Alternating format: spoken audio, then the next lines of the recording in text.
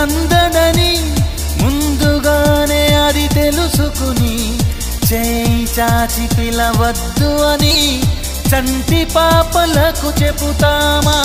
లేనిపోని కలలెందుకని మేలుకుంటే అవి రావు అని జన్మలోని నిదరోకు అని కంటి పాపలకు చెబుతామా?